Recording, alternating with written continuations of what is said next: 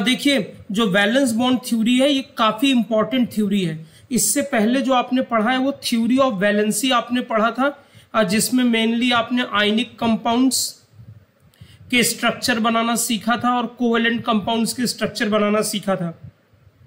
देखिए जो theory of valency है उससे है ना आयनिक कंपाउंड्स को एक्सप्लेन कर लिया गया था। थ्योरी ऑफ वैलेंसी से आयनिक कंपाउंड्स को पूरा समझा लिया गया था, लेकिन कोवेलेंट कंपाउंड में काफी दिक्कत आ रही थी। खासकर जैसे आपने देखा था कि B2H6 की हम लोगों ने बॉन्डिंग देखी थी डाइबोरेन में, तो जिसमें हम लोगों ने बनाना बॉन्ड बनाया था, तो वो थोड़ा अजीबोगरीब था। या जैसे NO का स्ट्रक्चर है, CO का स्ट्रक्चर है, तो कुछ जगह ना हम लोग जो है ऑक्टेट रूल का वायलेशन कर रहे थे, तो वहां पर वैलेंस बॉन्ड थ्योरी आप कह सकते हैं थ्योरी ऑफ वैलेंसी के पास बहुत अच्छा एक्सप्लेनेशन नहीं था। तो जहां जहां पे कोवेलेंट कंपाउंड्स में आयनिक के लिए कोई प्रॉब्लम नहीं थी, कोवेलेंट कंपाउंड्स के लिए कुछ जगह प्रॉब्लम आ रही थी थ्योरी ऑफ वैलेंसी में।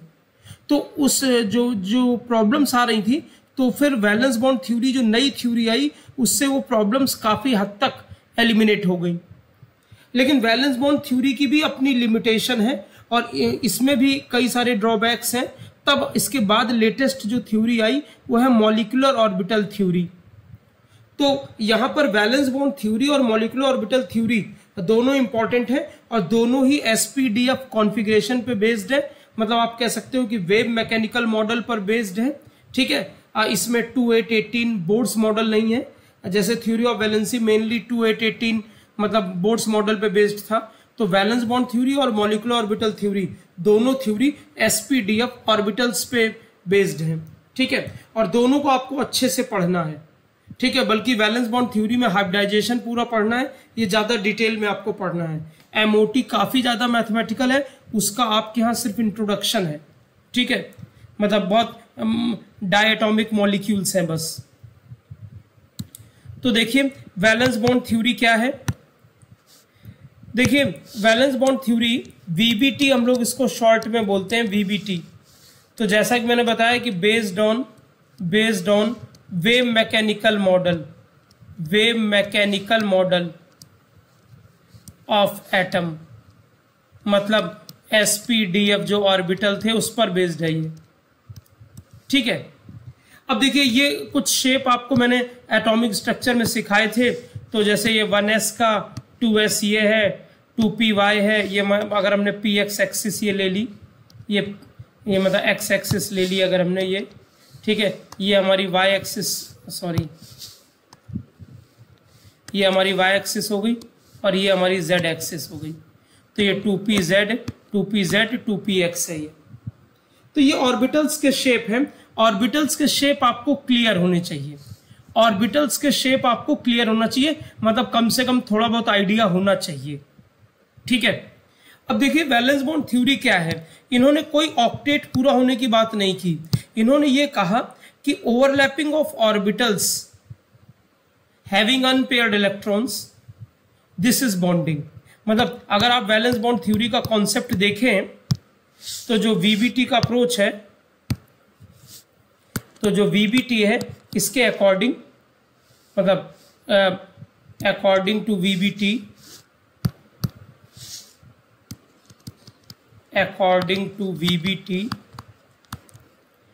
overlapping of orbitals ये generally containing unpaired electrons, generally containing unpaired electrons, ठीक है ना, is known as bonding,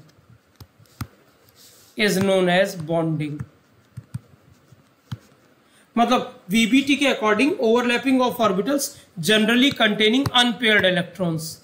अब जैसे मैं यहां पर ये जैसे एक ये है और एक ये है, तो ये दोनों इस तरह से ओवरलैप करेंगे। अभी मैं डायग्राम दिखाऊंगा। ये दोनों अनपेयर्ड इलेक्ट्रॉन है और बॉन्डिंग करके ये पेयर्ड हो जाते हैं, ओवरलैपिंग हो जाती है इनकी।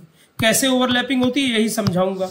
अच्छा, कभी कभी ऐसा भी होता है कि ये हालांकि 99% केस इसी के मिलते हैं, लेकिन ऐसा भी केस होता है कि ये पेयर्ड है और एक वैकेंट है और ये भी ओवरलैप करता है ऐसे। लेकिन केस एक ये भी मिलता है जो हम लोगों ने जैसे डाइबोरेन देखा था B2S6 कि एक सिंगल, ये सिंगल, तो पहले ये बॉन्ड बना लेंगे ऐसे और फिर एक वैकेंट आएगा, एक खाली आएगा ऐसे, और अब ये ओवरलैप करेंगे तीन, एक तरह से ये ऐसे भी होता है। तो ये 3 केसेस देखे गए हैं, लेकिन 99% यही वाला फर्स्ट वाला ही केस है। तो सेकंड और थर्ड कम देखने को मिलते हैं। ये कोऑर्डिनेट बॉन्डिंग में है। ये कोऑर्डिनेट जो बॉन्ड हम लोगों ने सीखा था उसके लिए VBT का एक्सप्लेनेशन यहां से है, ठीक है ना। और ये जैसे B2S6 में या हाइपर कॉन्जुगेशन इफेक्ट हम लोग पढ़ेंगे जनरल ऑर्गेनिक केमिस्ट्री में, वहां हम लोग इस तरह की बॉन्डिंग देखेंगे। तो मेनली हम लोग अभी स्टार्ट करेंगे फर्स्ट से, ठीक है। तो पहले तो आप क्या करिए कि इसका स्क्रीनशॉट ले लीजिए, ये स्क्रीनशॉट लीजिए,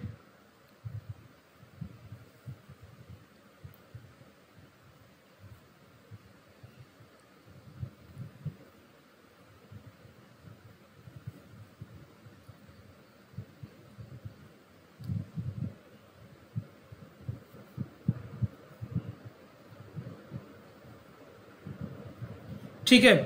अब इसका भी स्क्रीनशॉट ले लीजिए, ये VBT, ये स्क्रीनशॉट ले लीजिए।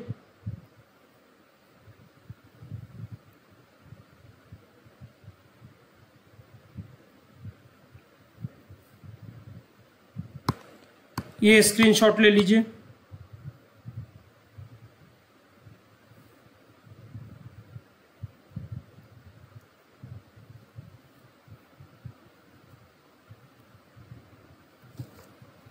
ठीक है। अब तो ओवरलैपिंग ऑफ ऑर्बिटल्स को हम लोग बॉन्डिंग बोलते हैं। अच्छा, क्या होता है कि जो ड्यूरिंग ओवरलैपिंग है, ये क्या होता है कि ये जो ओवरलैपिंग ऑफ ऑर्बिटल्स हैं, ये तो ड्यूरिंग ओवरलैपिंग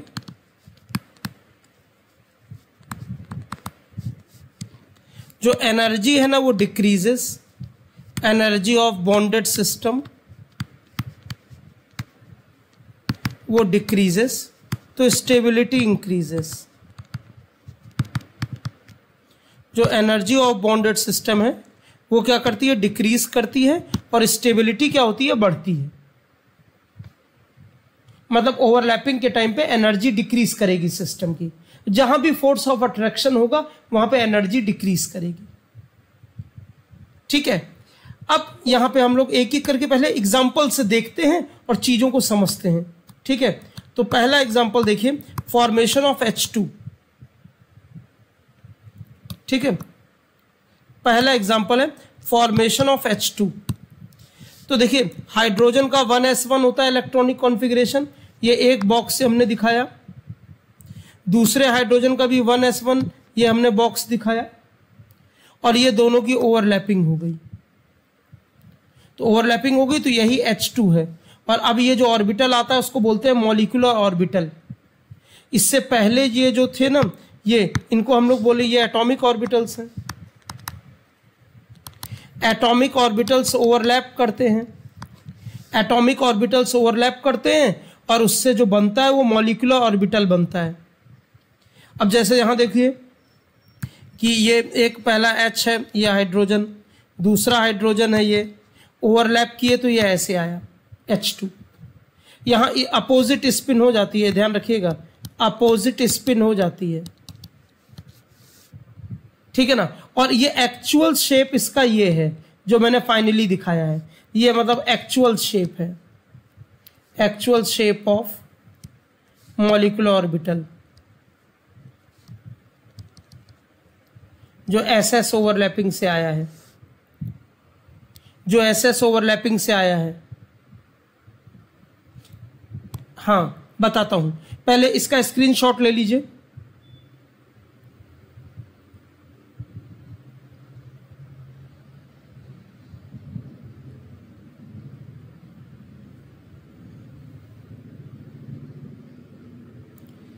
ठीक है, अब देखिए पहले तो ये आपने बेसिक चीज समझी कि देखिए कैसे मॉलिक्यूलर ऑर्बिटल बन रहा है। एटॉमिक ऑर्बिटल ओवरलैप कर गए तो मॉलिक्यूलर ऑर्बिटल बन गया। अच्छा, अब यहां पे आप देखिए एक चीज ये कि यहां इसका न्यूक्लियस है, ये जो मैं प्लस येलो कलर से दिखा रहा हूं यहां इसका है, ठीक है ना। अब इलेक्ट्रॉन के मिलने की जो प्रोबेबिलिटी है ना इसी रीजन में ज्यादा है, दोनों न्यूक्लियस के बीच में इलेक्ट्रॉन मिलने की प्रोबेबिलिटी अब ज्यादा है, ठीक है ना। तो ये जो इलेक्ट्रॉन क्लाउड है इसी को बोलेंगे हम कि ये मॉलिक्यूलर ऑर्बिटल है और ये एसएस से बना है, ठीक है। एक और देखते हैं, पहले एक और देखते हैं, तब मैं कार्तिकेय मणि त्रिपाठी मैं तुम्हारे डाउट का आंसर करता हूं। अब formation of HF, formation of HF, तो अब देखिए जरा, देखिए हाइड्रोजन 1s1 ये बनाया हमने atomic orbital, fluorine 1s2 2s2 2p5 9 होता है, फ्लोरीन का 9 होता है एटॉमिक नंबर, तो ये 2p5 है ये। तो एक देखिए ये अनपेयर्ड है, ये अनपेयर्ड है, ठीक है। अब क्या होता है कि ये ओवरलैप कर जाते हैं, दोनों अनपेयर्ड ओवरलैप कर जाते हैं, ये ओवरलैपिंग हो जाती है, ठीक है। तो ये अब जो अनपेयर्ड इलेक्ट्रॉन है वो पेयर्ड हो जाते हैं। अब आप देखिए ये हाइड्रोजन है, ये दूसरा ये फ्लोरीन है, और ये दोनों ओवरलैप कर लेंगे, तो ये ओवरलैपिंग देखिए, ये ओवरलैपिंग है, ये sp ओवरलैपिंग है। हाइड्रोजन का s ऑर्बिटल है और फ्लोरीन का p ऑर्बिटल है। अच्छा, अब p में px होगा कि py होगा कि pz होगा, कोई सा भी हो सकता है, कोई सा भी हो सकता है। देखिए आप ये आप px py pz ले सकते हैं, आप ये px ये pz ये py ले सकते हैं, आप ये px ये py ये pz ये pz ये px ले सकते हैं। लेकिन नॉर्मली हम लोग क्या करते हैं, कन्वेंशन है, कन्वेंशन है कि हम लोग जो है ना किसी को भी px py pz बोलते हो, जो फर्स्ट ओवरलैपिंग होती है हम लोग जो है ना उसको अलोंग z एक्सिस मानते हैं, अलोंग z एक्सिस मानते हैं, ठीक है ना। जो फर्स्ट ओवरलैपिंग है मतलब इसको हम लोग बोलते हैं कि बॉन्ड एक्सिस ऑफ बॉन्डिंग। तो पहली एक्सिस जो हम लोग लेते हैं वो z एक्सिस के अलोंग लेते हैं, मतलब उसी को नाम दे देते हैं z, उसको नाम ही दे देते हैं। भाई देखिए ये तो आप भाई आप जानते हैं कि जैसे ये अगर ऐसे है ये, तो हम लोग इसको x या y या z ले लेते हैं, लेकिन किसी को भी ले सकते हैं आप, हम ऐसे भी कर सकते हैं। हम क्या कर सकते हैं कि हम इसको z ले लें, ठीक है ना। तो जब हमने इसको z ले लिया, ये x हो गया, ये y हो गया, किसी को भी ले सकते हैं। तो हम लोग पहली जो बॉन्डिंग होती है वो z एक्सिस के डायरेक्शन में लेते हैं। अब आप देखिए कि ये वाला ऑर्बिटल बड़ा हो जाएगा, देखिए ये ऑर्बिटल बड़ा हो जाएगा, ये वाला सॉरी ये बड़ा हो जाएगा, और ये जो ऑर्बिटल है ना ये छोटा हो जाएगा, क्योंकि वहां इलेक्ट्रॉन मिलने की प्रोबेबिलिटी अब कम हो जाएगी। जो प्रोबेबिलिटी ऑफ फाइंडिंग इलेक्ट्रॉन है, प्रोबेबिलिटी ऑफ फाइंडिंग इलेक्ट्रॉन, वो क्या हो जाएगी, लेस हो जाएगी। और यहां पे क्या होगा, प्रोबेबिलिटी ऑफ फाइंडिंग इलेक्ट्रॉन, यहां जो प्रोबेबिलिटी है इलेक्ट्रॉन की वो बढ़ जाएगी, और फाइंडिंग एन इलेक्ट्रॉन वो जो है वो बढ़ जाएगी। भाई आप कहेंगे अचानक प्रोबेबिलिटी की बात क्यों कर रहे हैं। देखिए जब भी हम ऑर्बिटल की ओवरलैपिंग कह रहे हैं तो व्हाट इज ऑर्बिटल, मैंने आपको ऑर्बिटल बताया था। What is orbital, orbital is defined as 3 dimensional space around a nucleus where probability of finding an electron is maximum. तो ऑर्बिटल वो स्पेस है जहां इलेक्ट्रॉन के मिलने की प्रोबेबिलिटी संभावना ज्यादा है। तो अगर आप ऑर्बिटल की ओवरलैपिंग कर रहे हैं तो इसका मतलब है कि आप जो है प्रोबेबिलिटी की ही बात कर रहे हैं कि अगर इलेक्ट्रॉन की प्रोबेबिलिटी बढ़ गई तो वो क्लाउड बड़ा दिखाएंगे, हम प्रोबेबिलिटी क्लाउड बड़ा दिखाएंगे, ठीक है। ये पॉइंट सबको क्लियर हुआ, ये पॉइंट सबको क्लियर हुआ, ठीक है। स्क्रीनशॉट ले लीजिए,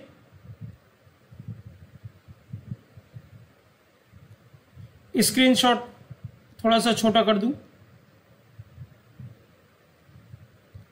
स्क्रीनशॉट ले लीजिए।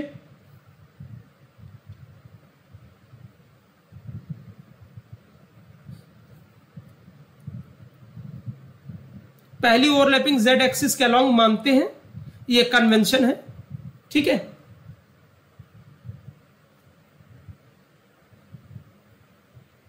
और प्रोबेबिलिटी की बात कर रहे हैं, अगर आप ओवरलैपिंग ऑफ ऑर्बिटल मतलब आप देख रहे हैं प्रोबेबिलिटी कम हो रही है कि ज्यादा हो रही है, तो अगर ज्यादा होगी तो उस ऑर्बिटल को बड़ा दिखाएंगे, और अगर कम हो रही है तो उस ऑर्बिटल को छोटा दिखाएंगे, ठीक है। एक केस और देख लीजिए, फॉर्मेशन ऑफ F2। ये एक फॉर्मेशन ऑफ F2 देखिए, फ्लोरीन 1s2 2s2 2p5 है ये, ठीक है, और दूसरा फ्लोरीन भी 1s2 2s2 2p5। अब ये दोनों का अनपेयर्ड इलेक्ट्रॉन है, यही ओवरलैप कर गया, ठीक है ना। अब इसको हम लोग 2pz ले लें तो ज्यादा बेटर है। अब देखिए ये दोनों ओवरलैप कर जाएंगे, तो ये आपका जो है pp ओवरलैपिंग हो गया F2। अब देखिए ये वाला लोब छोटा हो जाएगा, ठीक है, और ये वाला भी छोटा हो जाएगा, ये प्रोबेबिलिटी लेस प्रोबेबिलिटी, और यहां भी less probability of finding an electron, ये यहां पे प्रोबेबिलिटी इंक्रीजेस, ठीक है ना, प्रोबेबिलिटी इंक्रीजेस, इसीलिए बीच का जो पोर्शन है वो हम बड़ा दिखाएंगे। इसी को बॉन्डिंग बोलते हैं, इसी को बॉन्डिंग बोलते हैं। यहां कोई हम ये बात नहीं कर रहे हैं कि ऑक्टेट पूरा होना चाहिए या ड्यूप्लेट पूरा होना चाहिए, हम ऐसी कोई बात नहीं कर रहे हैं। हाँ, जो ऑर्बिटल की ओवरलैपिंग होती है वो डी की भी होती है, एफ की होती है, हम लोगों के सिलेबस में डी तक है, ठीक है। एफ ऑर्बिटल की ओवरलैपिंग थोड़ा सा मैं आपको क्लास 12th में बताऊंगा, अभी 11th में नहीं, ठीक है ना। भाई ऑर्बिटल है डी एफ, आगे जी अगर होता उसकी भी ओवरलैपिंग होती। भाई ऑर्बिटल में क्या डी एफ नहीं आते क्या? आते हैं। इसका भी स्क्रीनशॉट ले लीजिए।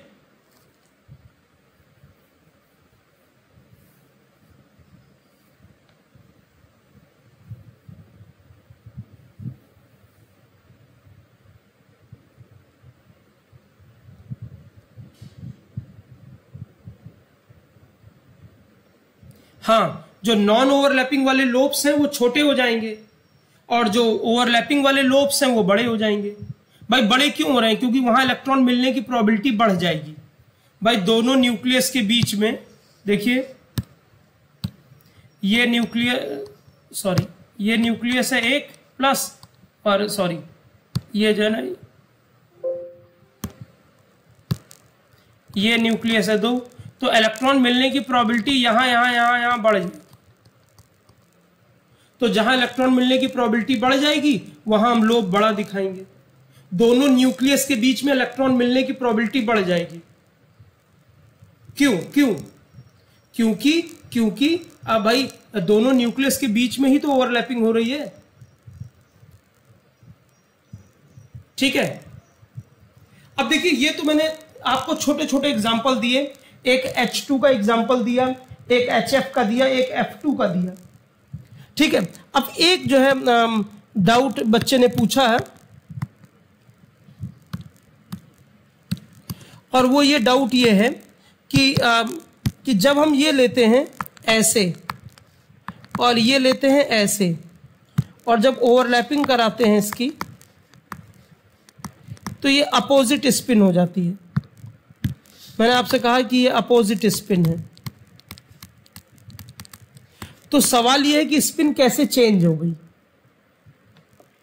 तो देखिए, हम ये नहीं कहते कि स्पिन चेंज हो गई, हम ये बोलते हैं कि जरूर स्पिन या पहले से ही ऐसे, भाई देखिए अगर ऐसे ऐसे आया है तो हम कह देंगे नो ओवरलैपिंग, ठीक है। और फिर अगर ऐसे ऐसे आया है, दोनों डाउनवर्ड हैं, तो हम बोलेंगे नो ओवरलैपिंग, ठीक है। और अगर ऐसे ऐसे आया होगा तो हम बोल रहे हैं ओवरलैपिंग हो रही है, तो हम बोल रहे हैं ये ओवरलैपिंग अकर्स।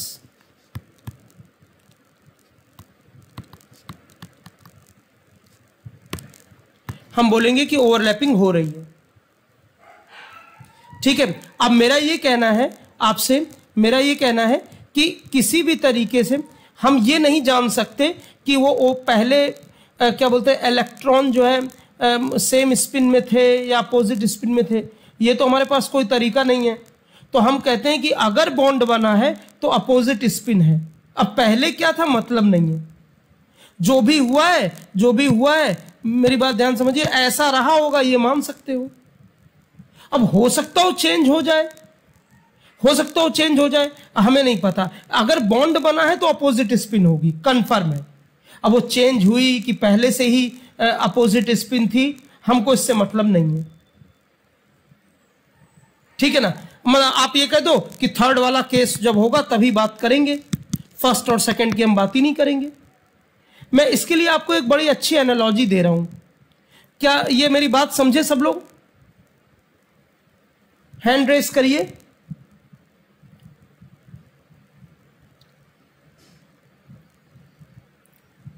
ठीक है, मैं इसके लिए एक आपको एनालॉजी दे रहा हूं, बड़ी अच्छी एनालॉजी दे रहा हूं। और देखिए वो एनालॉजी क्या है, जरा देखिए। एक बार मैंने जो मेरे डॉग्स को जो डॉक्टर, वेटनरी डॉक्टर देखते हैं, मैंने उनसे कहा कि जो पेट्स होते हैं, जो पेट डॉग्स होते हैं, जो घर में रहते हैं, उनको हम क्लीन फूड देते हैं, क्लीन वाटर देते हैं, और इसके बाद क्या करते हैं, क्लीन जो है उनके लिए स्पेस देते हैं। ठीक है ना, और फिर उनको जो है प्रॉपर जो है मेडिसिन देते हैं, वैक्सीनेशन कराते हैं उनका, पेट डॉग्स। ठीक है, जो घर में रहते हैं। और फिर भी क्या होता है कि लेकिन कुछ डॉग्स ड्यू टू इन्फेक्शन, जो कुछ डॉग्स हैं, कुछ डॉग्स वो मर जाते हैं, कुछ डॉग्स मर जाते हैं तब भी। ठीक है, तो मैंने उनसे बोला कि मतलब हम लोग इतना ध्यान रखते हैं, मतलब मेरे पास तो काफ़ी सारे डॉग्स हैं, तो मैं डेली वो फिनाइल से पूरा पोछा लगाया जाता है, धुला जाता है, और मतलब क्या बोलते हैं जो है, ठीक है। अच्छा, अब बात सुन लीजिए पहले। तो मेरा ये कहना है, अच्छा अब मैंने उनसे पूछा डॉक्टर साहब से कि जो स्ट्रीट डॉग्स होते हैं, जो ये गलियों में घूमते रहते हैं, वो क्या करते हैं कि मतलब जो है नाली का पानी पी लेते हैं, सड़ा गला खाना खा लेते हैं, तो वो इन्फेक्शन से क्यों नहीं मरते? जो स्ट्रीट डॉग्स होते हैं वो इन्फेक्शन से क्यों नहीं मरते हैं, ये मैंने उनसे पूछा। तो उन्होंने कहा कि क्या नाम है जो है मरते तो हैं। तो मैंने कहा नहीं तो कितने सारे घूमते रहते हैं। तो उन्होंने बड़ा अच्छा आंसर दिया। उन्होंने कहा कि एक चौराहे पे कोई फीमेल डॉग जो है जब बच्चे देती है तो 5-6 देती है, लास्ट में मुश्किल से एक ही जिंदा बचता है, उसमें से 1-2 कुचल जाते हैं। ठीक है, कुछ बर्थ के कुछ देर बाद मर जाते हैं, और मैक्सिमम इन्फेक्शन से मरते हैं। लेकिन हम उन्हीं को देखते हैं जो जिंदा बच गए, हम उन्हीं को देखते हैं जो जिंदा बच गए। तो हम कहते हैं कि ये देखो इन पे इन्फेक्शन का असर नहीं है। नहीं, डॉग्स कई सारे थे वो मर गए, जो इन्फेक्शन से मर गए हम उनको कहाँ देख पा रहे हैं, हम तो उन्हीं को देखे जो बच गए हैं। तो ये बात मैं इसलिए कह रहा हूं, अब आप जरा देखिए कि 3 केस में से अब जो हम उसी केस को देख रहे हैं जिसमें ओवरलैपिंग हुई है। ऑर्बिटल्स ओवरलैप किए, नहीं हो पाए ओवरलैप। अब नहीं ओवरलैप हो पाए तो हम क्या करें? ऑर्बिटल्स की ओवरलैपिंग की, नहीं हो पाई, तो जब नहीं हो पाई तो हम क्या करें उसके लिए? आप मेरी बात समझ रहे हैं? तो हम उन्हीं की बात कर रहे हैं जिसमें बॉन्ड बन गया है, वहां अपोजिट स्पिन होगी। और आप पहले से सेम स्पिन दिखाओ या अपोजिट, उससे कोई फर्क नहीं पड़ता, कोई नहीं पड़ता। अगर आप ऐसे लिखते हो, ये ऐसे लिखते हो, तो ये गलत नहीं है, ये भी सही है। ठीक है ना। अगर बॉन्ड बना है तो अपोजिट स्पिन है, पहले क्या था इससे कोई मतलब नहीं। अब पूछिए आप अपना डाउट, अब आप अपना डाउट पूछिए।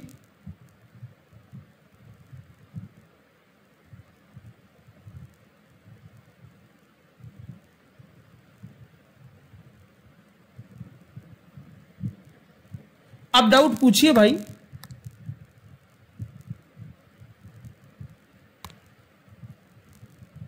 क्लियर हो गया सबको?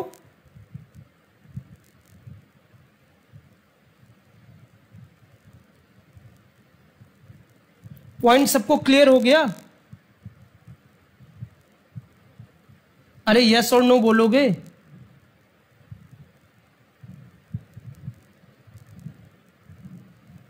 ठीक है, ठीक है।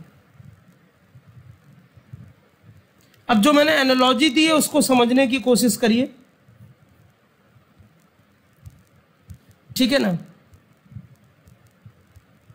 मैं एक बड़ा खतरनाक एग्जांपल दूं, खतरनाक एग्जांपल दूं, बहुत खतरनाक, और ये रियलिटी भी है।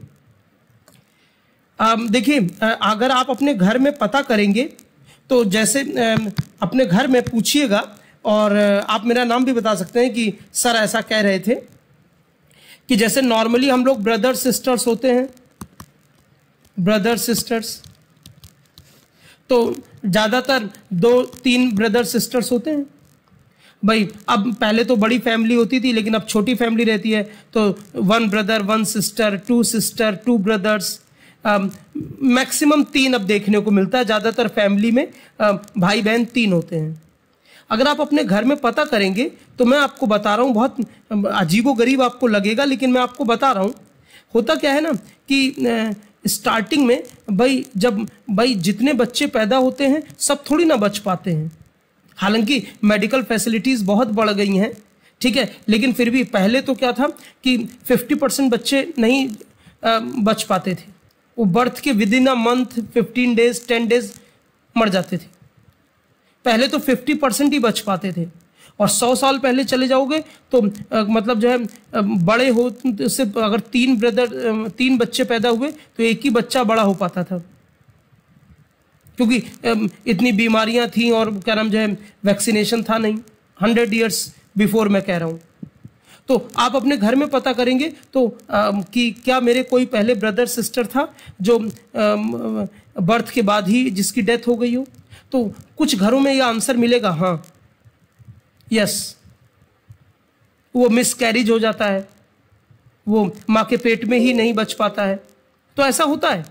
लेकिन उनकी कोई बात नहीं होती, नॉर्मली उनके बारे में कोई बताए बात भी नहीं की जाती, क्योंकि वो बच्चा तो बड़ा ही नहीं हुआ। वो बच्चा तो उसका पर्सनालिटी क्या था, उसका बिहेवियर क्या था, वो कैसे खेलता था, कैसे हंसता था, कैसे कूदता था, ये तो किसी ने देखा ही नहीं। तो उनकी यादें भी नहीं रहती हैं, उनके बारे में बात भी नहीं होती है। बात उनकी होती है जो बड़े हो गए, जिन्होंने एक पर्सनालिटी गेन कर ली, आप समझ गए, जिन्होंने एक आइडेंटिटी डेवलप कर ली, जिन्होंने अपना स्पेस इस अर्थ पे क्रिएट कर लिया। समझे आप बात को? तो हम उन्हीं की बात करते हैं, हम उन्हीं की बात करते हैं जो क्या बोलते हैं, जो बच गए हैं। हम उनकी बात नहीं करते हैं जो नहीं बचे हैं, ठीक है। अच्छा, अब अभी हम लोगों के पास इस मीटिंग में टाइम नहीं बचा है, तो हम लोग जो है अभी अगली मीटिंग में भी वीबीटी रखेंगे। कुछ एग्जांपल और मुझे डिस्कस करने हैं, तो और अगली मीटिंग में भी वीबीटी रखेंगे, और उसके बाद अगली मीटिंग में रख लेंगे पोलराइजेशन का बचा हुआ पार्ट, ठीक है ना। इसमें किसी और को कोई डाउट हो तो पूछे। और ये हमारा फॉर्मेशन ऑफ F2 हो गया। अब फॉर्मेशन ऑफ O2 क्या आप खुद ट्राई कर सकते हैं? Formation of O2 box diagram कम से कम बनाइए, बॉक्स डायग्राम बनाइए, बॉक्स डायग्राम O2 के लिए। ये इसका इलेक्ट्रॉनिक कॉन्फ़िगरेशन है। बॉक्स डायग्राम तो बनाइए।